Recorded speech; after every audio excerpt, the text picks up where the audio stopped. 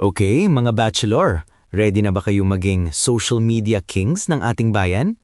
Kung ang sagot nyo ay sana all, edi tara na. Dahil ipapakita ko sa inyo ang mga sikretong kailangan para maging the bachelor na kinaiinggitan ng lahat. Okay mga bro, welcome sa aking youth channel kung saan ang pagiging single ay hindi sakit, kundi isang career. Una, kalimutan nyo na yung mga picture nyo na puro inom at tulog sa sofa, i-upgrade natin yan. Sino ba naman ang magkakagusto sa bachelor na mukhang kailangan pa ng yaya? Kailangan nyo ng professional-looking photos? Mag-hire kaya kayo ng photographer? Yung tipong bang kaya kayong gawing mukhang nagmo-model sa isang magazine? Okay, na-hire na ang photographer? Good. Ngayon naman, i-post nyo ang picture nyo na nagbabasa kayo ng libro. Kunwari matalino kayo, kahit ang binabasa nyo lang naman ay yung ingredients ng lulutuin mo. Tapos, post nyo rin yung picture nyo na nagwo-workout sa gym, kahit ang totoo, nag-exercise lang kayo para makakain kayo ng mas maraming lechon. Huwag kalimutang mag-post ng Throwback Thursday picture nyo noong bata pa kayo, yung tipong ang cute-cute nyo pa. Pero huwag kayong magtataka kung ang comment lang ay, "Uy, ang taba mo dati ah." Okay, photos done.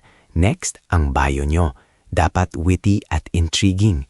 Huwag yung single and ready to mingle. Sobrang klise na yan. Isipin nyo, para kayong nagtitinda ng isda, dapat maengganyo ang mga mamimili. Try nyo yung ganito.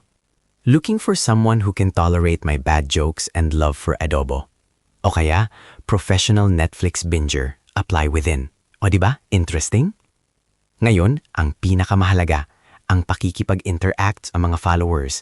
Mag-comment kayo sa posts nila, pero wag yung puro, ganda mo naman. Mag-isip kayo ng mas creative. Try nyo, uy, bagay sa'yo yung kulay ng lipstick mo, kamukha ng kulay ng sapatos ko, kahit ang sapatos nyo ibutas na. Huwag kayong matakot mag-post ng mga funny memes, pero siguraduhin nyo na hindi offensive, baka embes na magka-girlfriend kayo, makulong pa kayo. Kapag may nag-message sa inyo, sagutin nyo agad, pero wag masyadong obvious na desperado. Mag-antay kayo ng at least 5 minutes bago mag-reply, kahit gustong-gusto nyo na silang replyan agad. At ang pinaka-importante sa lahat, maging totoo sa sarili nyo. Huwag kayong magpanggap na kung sino. Kung mahilig kayong maglaro ng Mobile Legends, i-post nyo yan. Malay nyo, may magkagusto sa inyo dahil pareho kayong addict sa games. Pero seriously, mga bachelor, ang social media ay isang malaking playground. Enjoy nyo lang. Huwag nyo masyadong seryosohin. Ang importante, masaya kayo sa buhay nyo, single man o hindi. At kung wala pa ring nagkakagusto sa inyo kahit ginawa nyo na lahat ng tips ko, huwag kayong mag-alala, baka hindi pa time nyo. O baka naman, mas masaya kayong mag-isa. Pero huwag kayong mag-alala, ipagpe-pay ko pa rin kayo.